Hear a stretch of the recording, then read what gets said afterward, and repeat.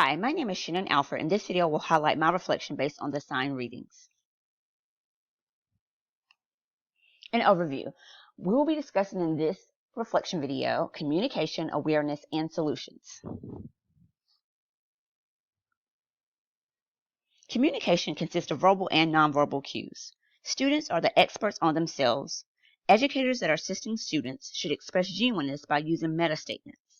This allows students to understand that though educators are not trying to be the expert on how they feel, and though this may not always be agreed upon, students are able to take care of themselves with assistance. In my opinion, nonverbal cues are just as important as verbal cues. Listening is a nonverbal cue that most people fail to do well. When communicating with others, it is important to listen to understand in order for one to be able to respond appropriately. For example, I had a student who discussed her concerns in speaking in front of large groups of people. This issue ended up being deep-rooted and stemmed from her relationship with her family. Her family often mentioned to her their concern about her being overweight, which led to her to have a lack of passion for culinary arts. When the student speaks of her family issues and her passion for culinary arts, I listened attentively to let her know that I was listening and I was listening to understand.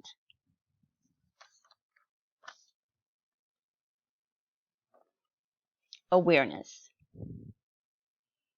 The readings reinforce my core beliefs of being attentive when helping others. I believe that this will cause a positive foundation when working with students. The concept of positivity, think, talk, feel positive, is a concept I like to use and has proven to be effective for me. By thinking positive, I go into my relationship and interact with students expecting a good outcome. Exchanging dialogue, as well as listening to them attentively, as I mentioned before, allows them to know that I'm interested in what they have to say. And this sets an environment of positivity, which leads the student and myself to remain positive throughout the process of trying to solve their problems. This leads to my last point of solution focus. Solution focus is being that solutions are being produced at the same time that problems are. As mentioned before, listening is an important component of solution focused. Also, setting goals and teaching new skills also helps students.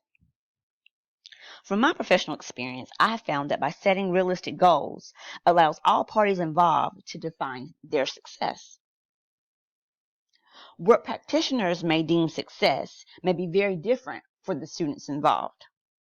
Because students are still developing, it is important that practitioners teach them skills that they may lack in order for them to be able to navigate their problems and any future problems that may arise. The points of communication, awareness, and solution focus have provided a teachable moment for me. These points have caused me to reflect more on the various techniques I use.